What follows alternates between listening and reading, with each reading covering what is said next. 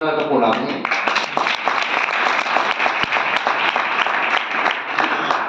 बहुत कठिनाई की बात है। और हमारे उमेश है जिनका पूरा परिवार और उनके सहयोगी सभी यहाँ आ गए और मानो उनके रूप में राघवेंद्र स्वामी जी और साक्षात महाकालेश्वर जी उनके रूप में यहाँ पधारे हैं और वही ये कार्य पूरे सम्मिलित को पूरा उनके कर कमलों द्वारा पूरा कर रहे हैं। ये कौन सा ग्रंथ है? जो विद्या अक्षर है, कभी क्षर नहीं होती, उस अक्षर विद्या को अक्षर में समाये हुई विद्या है, अभंग विद्या है, इसका भंग कभी नहीं हो सकता। आगे की पीढ़ियों के लिए कुछ काल पहले पुराने जमाने में ऐसे प्रेस भी कुछ नहीं थे, तभी वो लोग हाथ से लिखकर इस विद्या का रक्षण करते थे।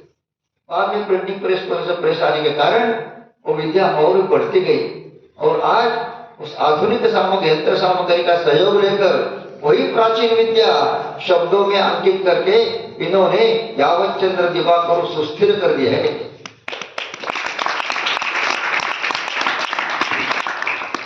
अव्यक्त विद्या शब्दों में व्यक्त करना बहुत कठिन काम है।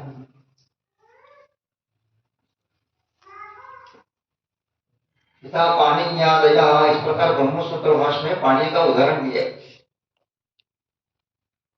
जितनी विद्या अंतःकरण में प्रस्फुटित होते उसके एक शतांश विद्या ही मनुष्य बोल सकता है और उसके एक शतांश लिख सकता है। फिर इन्हें कितना मुद्रित किए, देखो इतना बड़ा मुद्रित करके विद्या की महानता, उनके गरिमा कितनी है, कितना गर्य से कार्य कर रहे हैं और उनके हृदय में कितनी विद्या प्रस्फुटित हो रहे हैं, इसका एक संक्षेप रूप से परिचय ये लोगों ने दिए हमें।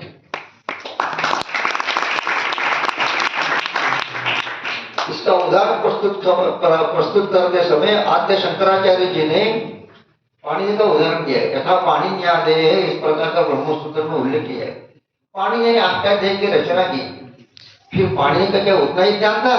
केवल अष्टाध्यायी लिखना इतना ही ज्ञान था तो पाणिनि का? इतना तो नहीं ज्ञान था। एक प्रस्फुटित होकर सूत्र रूप से प्रस्फुटित बाहर है, इतना ही। उनका ज्ञान तो अगा सागरावत है, अर्णव है, व्याकरणाचार्य व्याकरण का अर्णव थे स्वामी जी, उसमें से पाणिनि ने थोड़ा निकालकर हमें दे दिए। इस प्रकार ये जो अगाध वेद सागर है उसका मंथन करके शब्द रूप से आज हम पद पाठ और संहिता पाठ ये दोनों ग्रंथ यहाँ आए। ये महाकाल जी की कृपा है और द्वारकानाथ जी की कृपा है। साक्षात महाकालेश्वर कैसा बोल रहे वेद में उन्होंने ईशान सर्व विद्या नाम, सर्व विद्या के स्वामी है, ईश्वर सर्व भूतानाम, सर्व प्राणी मात्रा के स्वामी महाकालेश्वर है। उनकी प्रेरणा है, उनकी कृपा है और उनकी कृपा से ये पाठशाला वहां उमेश जी ने चलाई है। बहुत बड़ी कृपा है, गुरु कृपा है। और ये अक्षर मोचन जो किया है आगे आने वाली पीढ़ी के लिए बहुत ही सुंदर काम कर दिए।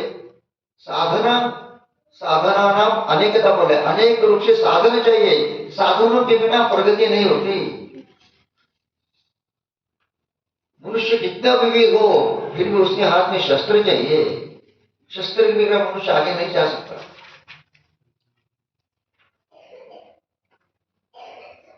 दक्षिणास्ते बोले शस्त्र, दक्षिणास्ते शस्त्र पाणिना कर्म करो, इस प्रकार के वचन है। दक्षिण हस्त में शस्त्र, ब्राह्मणों का शस्त्र कौन सा है? विद्या, यही हमारा शस्त्र है, हमारे पास दूसरा कोई शस्त्र नहीं। ब्राह्मणों की वाणी यही उनका वज्र है। वाग वज्रम विशुद्धर, जो भागवत ने बताया है, वाग वज्र बोले ब्राह्मणों का वज्र कौन सा है? वाणी में वज्र है और वाणी में होने वाले वज्र यहाँ शब्दांकित होकर बाहर आए हैं। अव्यक्त शब्द में ध्यान समाकर यहाँ प्रविष्ट हो गए। यह ध्यान की चिंगारी है। जहां जहां ध्यान लेना चाहते जिज्ञासु होते उनको लिए देवेंद्र जी और महेश जी ने और उनके सभी माता बहनों ने सहकार्य करके, उनके सहकारियों ने, उनके संगठन टीम ने बहुत ही बड़ा काम कर दिया है। बस अभी वेद कभी नष्ट नहीं होने वाला। एक बार वैदिक जाए रहे, लेकिन पुस्तक तो अखंडित रहने वाले हैं। पुस्तक कभी नहीं जा सकते, ग्रंथ मुद्रित फिर हो सकते हैं, हम जाते, हमारे तो उपाधि जाने वाले हैं, लेकिन पुस्तक रूप उपाधि जो है वो चिरंतन शाश्वत है। महान काल का नाम है, तब तक ये महान काल के चरणों में के समर्पित सेवा ऐसे सुस्थिर रहने वाली है। और हम जो भी अध्ययन करते वो ग्रंथ से करते। एक जमाना था प्राचीन काल में जो गुरुमुख से बोलते थे, और एक कॉन्डिशन मेधा शक्ति अत्यंत होने के कारण शिष्य को भी वो एक ही पाठ में सब कंठस्थ हो जाता। लेकिन कलयुग के आते आते हुए मेधा शक्ति कुछ कम की होगी। फिर भी आज जो है मेधावी विद्वान बैठे, उसको सबने तिरस्कृत कर दिया कलिकाल के विद्या मंदिर जी को, और अच्छी तरह से ढंग से पढ़कर ये विद्या कंठस्थ करके अपने हृदय में रखी है। क्यों वक्तव्यम श्रीमताम सर्वेशाम जुह्वाग्रे साक्षात शारदा धरी लोक्यति भवन मुखम कीदृशं वर्तते शारदा मुखोच्छिष्ट ग्रहणं वर्तते श्रीमता मुखम एतादृश महोन्नतं ज्ञानम् अमूल्यं च वेद विज्ञानं श्रीमतां हृदय पेटिकायां सुस्थिरं वर्तते।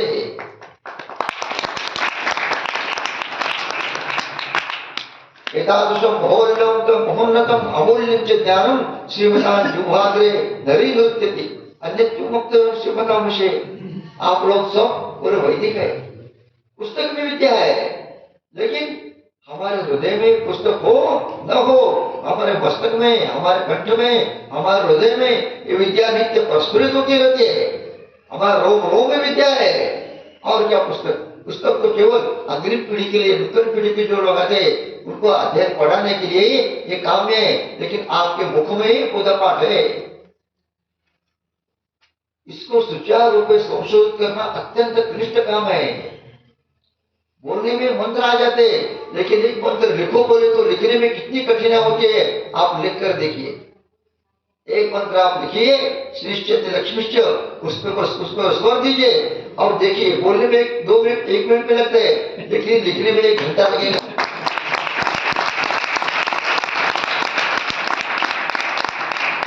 जो आगे वाला मंत्र है, जो कंठस्थ मंत्र है, जिसको हम आसानी से स्वर दे सकते हैं, लेकिन लिखते समय स्वर कहाँ जाता है, नीचे है कि ऊपर है, बिंदु है कि नहीं, स्वर मात्रा है कि नहीं, स्वर विराम कहाँ देना चाहिए, ये पूरी कठिनाई संपूर्ण ज्ञान के बगैर अशक्य है। हमारे देवेंद्र जी जिन्होंने 20 वर्ष के उम्र की 20 साल के पहले ही घनपाठ पूरा कर दिया है। अत्यंत युवा अवस्था में अभी हमारे गुरु जी के पुत्र देवव्रत जी है, उनकी आयु करीब में 17 साल होगी। 17 साल की उम्र में उन्होंने भी घनपाठ पूरा कर दिया। ये बड़ी परंपरा है, सनातन वैदिक परंपरा है। और इन्होंने अध्ययन तो कर दिया है, लेकिन इनकी माता का बहुत बड़ा सहयोग है। ये सभी माताओं का बहुत बड़ा सहयोग है, त्याग है। इसके बिना पुत्र आगे नहीं जा सकते। पुत्रों को अच्छा संस्कार देना, अच्छी बुद्धि देना, मति देना। मति तो कहां से आती है? मति माता से आती है, इसलिए माता का देव से।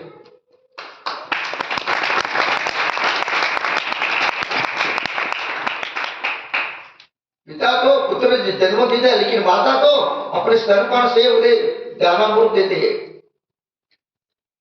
भगवान शंकराचार्य से एक ने पूछा, भगवान आपने तो पूरी भारतवर्ष में घूमते हैं, सबको अद्वैत प्रतिपादन करते, अद्वैत सिद्धांत सबको प्रतिपादन कर रहे हैं, उसका प्रचार कर रहे हैं। जीवो ब्रह्मैव नापरा, जगत ब्रह्म सत्यम जगत मिथ्या, जीवो ब्रह्मैव नापरा।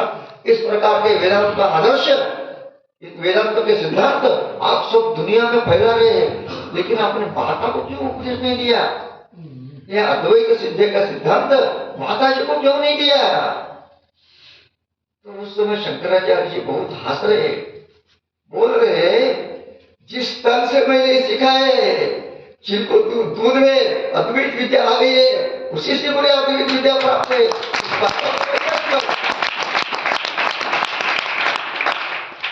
आप सभी लोग क्या आए, आपके रूप से आपके माता का ही ध्यान, माता की गरिमा, माता की जो आशीर्वाद है वही आपके रूप से प्रस्फुटित हो गए हैं, अभिव्यक्त हो गए हैं। यही समझना, आपके माता के आशीर्वाद आपके पीछे खड़े हैं और आशीर्वाद रूप और वह खड़े हैं,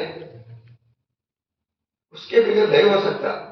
और मुझे बहुत ही संतोष हुआ, यहाँ सब पूरी माता भगिनी उपस्थित हुए इस कार्यक्रम में, और आपका कितना सहभाग है इसका प्रतिपादन करने के लिए मैं आद्य जगत गुरु शंकराचार्य की कथा बताई है। वो क्या बोलते, कुएं में पानी होता है, कुएं से हम एक बकेट पानी निकाल लेते और अपने जितना पानी कुएं में बकेट में पानी लेते उतना पी नहीं सकते। पीते कितना, लोटा भरते, छोटा गिलास भर के पानी पीते, उसमें हम तृष्णा शांत होती। लेकिन कुएं में कितना पानी है, इसका कितना गहरा है, यह हम नहीं बोल सकते। हमारे माता जी का ध्यान ये कुएं की पानी की तरह है, गहरा ध्यान है। और कैसे करते, मेरे पुत्र आगे हो, मैं नहीं आगे जाऊंगा, मेरे पुत्र बड़े हो, यही उनकी कामना रहती है। इसलिए शंकराचार्य बोलते, मैं मेरे माता को उनका कैसे अंदरूनी संपादन कर सकता हूँ, उनको कोई बोलने की जरूरत नहीं है। उनके दूध से पीने से ही मुझे अद्वैत विद्या प्राप्त हो गई है। ये जो ध्यान है मेरे माता का ही ध्यान है, मेरा ध्यान नहीं है। इसलिए माता को ध्यान देने की कोई जरूरत नहीं है।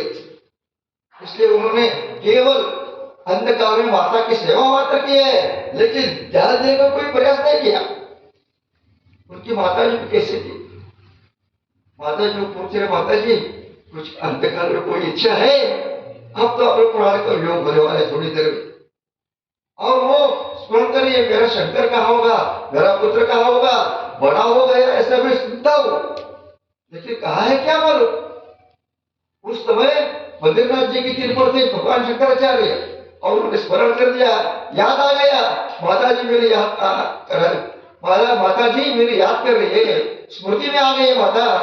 इसलिए झट से वो तो योगी थे, वहां से सीधा उठकर एकदम केरल प्रांत में आ गए और माता जी को पूछते, माता जी उसी समय यमराज भी बाहर खड़े हो गए, साक्षात यमराज खड़े, अपने दूध को ले भेजा, ये तो आचार्य जी की माता है, मुझे ही जाना चाहिए उसके संभाल के लिए। बाहर खड़े यमराज जी माता जी को लेने के लिए, और उसी से भगवान शंकर आए। भगवान शंकर है, भगवान शंकर हम शंकराचार्य बोलते, साक्षात भगवान शंकर है वो। उनको देखते ही यमराज जी नीचे उतर गए वाहन से और प्रणाम करके खड़े गए, ये तो भगवान शंकर आ गए, इसके सामने हम वाहन पर कैसे बैठे, ये सोचकर भाषण में खड़े हो गए।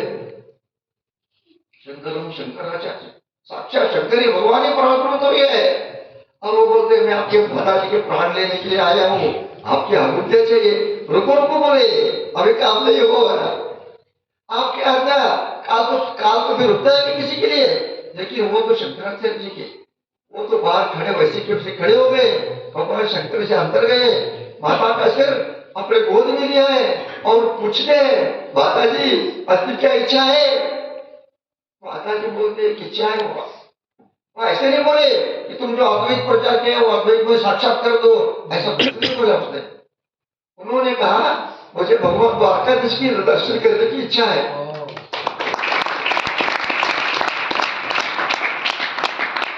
भगवान कृष्ण परमात्मा का साक्षात्कार मुझे कराओ। उसी समय भगवान शंकराचार्य ने कृष्णाष्टक रखा है, जगन्नाथ स्वामी नयन पथ गामी भूत में, तो जगन्नाथ का स्वामी है। नवै प्रार्थ्यम राज्यम नच मृदुकताम नयाचे हम रम्याम निखिल जन काम्याम वधवरुम, बहुत बड़ा श्लोक लिखा है।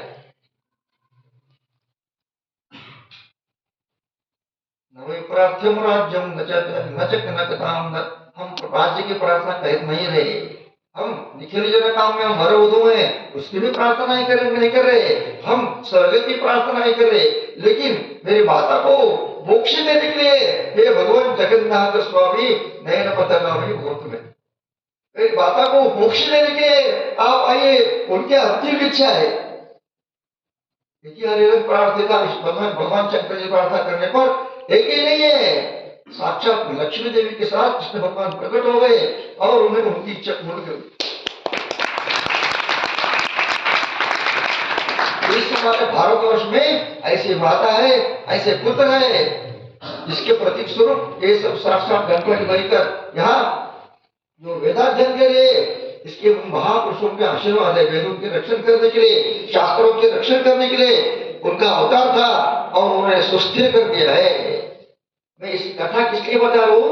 माताओं का अंतःकरण कितना गहरा होता है, माता की कृपा किस प्रकार गहरी होती है, और जिसके फलस्वरूप हम सब आगे रहते, लेकिन माता जी जो पीछे रहते हमें उसमें आनंद है।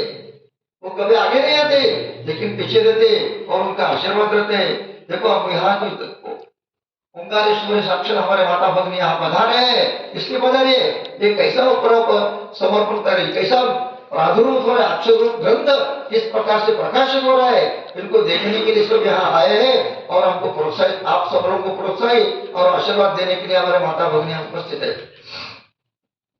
हमारे कुलदेव जी है, कुलदीप, हाँ कुलदीप सोनावधन ने कुरु, उनका नाम ही कुलदीप रखा है, गुरु का दीप है। जिस प्रकार माला में मेरू होता है, उसको राम तो कोई जाते वहां तक माला जाती है और फिर से वापस आती है, इस प्रकार हमारे कुलदीप भाई है। मैंने एक उनका पत्र कल देखना, कितना प्रौढ़ प्रकर्ष भाषा में पत्र लिखा है संस्कृत भाषा में, और क्या संस्कृत भाषा लिखी, कितना गरिमा है उनके हाथ में, सरस्वती उनके हाथ में बैठी है। वो देखकर मुझे बहुत पूरा प्रसन्नता हुई, कितने सरलता से, सीधा से, आयास न करते हुए उन्होंने संस्कृत में गरिमा युक्त पत्र लिखा है, इसमें दीनता है और आशीर्वाद भी मांगे। उनका भी मान सम्मान है और हमारी लीनता में प्रकट हो रही है। आप आकर इस सभा को आमंत्रित करें, कितना सुंदर भाषा में पत्र लिखा है, मेरे देखने में आ गया पत्र, बहुत आनंद होगा। इसी प्रकार से सरस्वती का अनुग्रह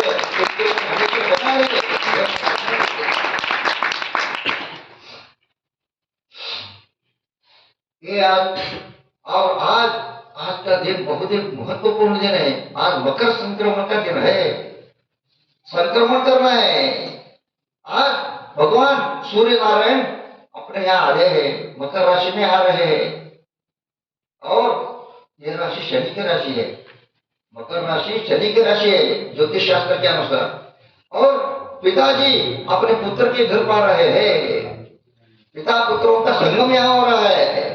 इस प्रकार के संगम पर हम यहाँ ये सरस्वती का अनुभव कर रहे हैं। यहाँ ज्ञान गंगा बहती है, इस ज्ञान गंगा में स्नान करने का यह बहुत बड़ा सौभाग्य मकर संक्रमण के दिन हमें प्राप्त हुआ है। यह बहुत भाग्य की कथा है। और हमारे महेश जी, उनके सहयोगी नीरज जी, सब हमारे ये छोटी मूर्ति है लेकिन कीर्ति बहुत बड़ी है। ये ऐसे है, सूर्य भगवान जब उदित होते तो छोटे दिखते, कितने रहते, इतना रहते, और उसका बिंब कितना है, इतना ही है। ज्ञानेश्वर महाराज ने दृष्टांत बताए, बिंब को कहता बच के ओढ़े को इतना इतना है, और ये प्रकाश ऐसे त्रिभुवन थोपड़े, जब वो उदित होकर प्रकाश देने लगते तो त्रिभुवन भी छोटा होता है और त्रिभुवन के आगे उनका प्रकाश चला जाता है। इस प्रकार की ज्ञान कीर्ति फैली है। और क्या बताए, हमारे ये पाठक गुरु कहिए सामान्य बचे, लेकिन सभी विद्वान वे विशिष्ट विद्वान है। वो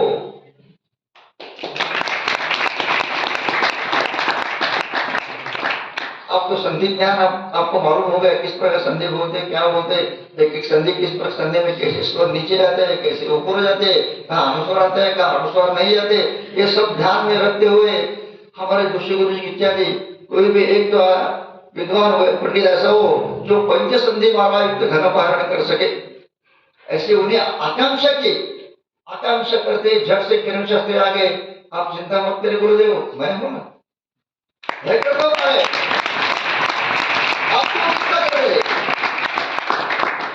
और गुरु के सानिध्य में, उनके परीक्षित में उन्होंने पूरा पंच संधि माला युक्त घन पारण करके दिखाया पूरा में। आसान बात नहीं है।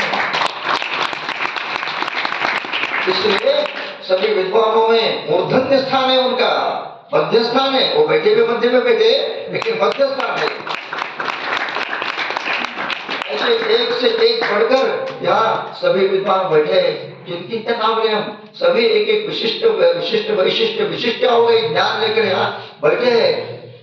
इन लोगों का ऐसे जैसे समय मिलेगा वैसा वैसा थोड़ा थोड़ा ज्ञान का उनके ज्ञान को हम प्रणाम करते करते स्मरण करते करते ही आगे जाएंगे। आज ये बहुत बड़ा काम किया है। अक्षर नाशवंत जो है वो अक्षर है, वो अक्षर रूप को वेद वाङ्मय को अक्षर रूप में छपाई करना है बहुत बड़ा काम हमारे मुंबई जी ने, उनके सहयोग जी ने और व्यास जी ने, सब लोगों ने, आप लोगों ने किया है। और आज भी और एक पर्व काल है, साक्षात प्रयागराज क्षेत्र यहाँ आ गए हैं। आज देखो कैसे पर्व है, उज्जैन के महाकालेश्वर से आने लोग आ गए और यहाँ तो गोमती है, बद्रिकाथ जी खड़े, बाजू में नागेश्वर जी गए और गंगा जमुना के तीर्थ के वहां पुजारी, वहां के बड़े पंडे यहाँ आ गए हैं। हमको सब लोगों को गंगा यमुना जी का दर्शन कराने के लिए आए, खड़े हो जाइए आप रूप से, सबको गंगा जमुना का दर्शन एक साथ हो जाएगा। बोलो गंगा माता की जय। काशी विश्वनाथ का चंदन जो लाए वो भी काशी विश्वनाथ का लाए। देखो कैसे अनुभूत संक्रमण काल में काशी विश्वनाथ भगवान की जय। और अपने गंगा माता ने अपने कर कमल से ही उन्होंने सबको गंध लगाया है और वेद पुरुषों का अर्चन किया है और वो भी काशी विश्वनाथ का प्रसाद हमें तक पहुंचा दिए। कैसे पुण्य पुरुष है, कैसे महात्मा है। उनके पिताजी भी ऐसे ही थे, उनके पिताजी की गद्दी पर बैठे और वही गंगा यमुना जी का जो सानिध्य है मोक्षपुरी है, वहाँ तीर्थराज प्रयाग के थे और प्रयागराज के बहुत बड़े पंडे हैं। और हमारे जाने के बाद सबकी सुविधा उनके घर में ही रहती है। उनका पता फोन नंबर लिख लीजिए, कभी भी गए तो उनके घर में जाना। और अतिथिशील है, किसी को नहीं बोलते आओ मेरे घर में आओ, सभी मेरे घर में आओ। अब गंगा मेरे घर में नहीं, ये तो गंगा के घर है, ये प्रयागराज है, आओ ये तीर्थराज पर आओ। इसी प्रकार की उनके अंतःकरण का गरिमा है, गरिमा से अंतःकरण उनका छोटे नहीं, मन छोटा नहीं, मन बड़ा है। शरीर छोटा होने पर भी मन बहुत बड़ा है। वो भी सपत्नी के आए, उनके पुत्र भी आए, सभी लोग आए हैं। यह ऐसा ही विलक्षण क्षेत्र है। इस क्षेत्र पर गोमती नदी पर, इस सरस्वती की नदी के ज्ञान गंगा पर हम लोग सब नहा रहे हैं और इस शुभ अवसर पर यही संक्रमण है, यही संक्रमण है। संक्रमण के पुण्य काल पर यह मैं सबको बड़े प्रसन्नता से जाहिर करता हूँ कि दोनों संविदा और पद पाठ का विमोचन हो रहा है। इसका आगे वाले सभी पंडित, सब विद्वज्जन, अपने शिष्य, प्रशिष्य और आप स्वयं इसके लेकर पद पाठ लेकर हमारे मन में जो त्रुटियां है वो त्रुटियां दूर कर सकते हैं। आगे प्रदीप है, ये ज्ञान प्रदीप है। इस ज्ञान प्रदीप को सामने रखकर जो भी त्रुटियां मन में आती रहती है उसको दूर करने के लिए सहायकारी पुस्तक और पद पाठ होगा, ऐसा मेरा पूरा विश्वास है। और इसी प्रकार से आगे चलना ही चाहिए। मेरे किसकी पोथी मानने, एक क्रम की पोथी है, पद की पोथी नहीं। पद की पोथी तो हमेशा होती है, लेकिन क्रम की पोथी है। क्रम कैसे बोलना चाहिए, क्रम की पूरी पोथी मैंने देखी। हमारे ऋग्वेद में भी जो सूक्त है, पौमा सूक्त है, सौर सूक्त है, इसकी घन की पोथी लिखी गई है, मेरे लिखने में आई है।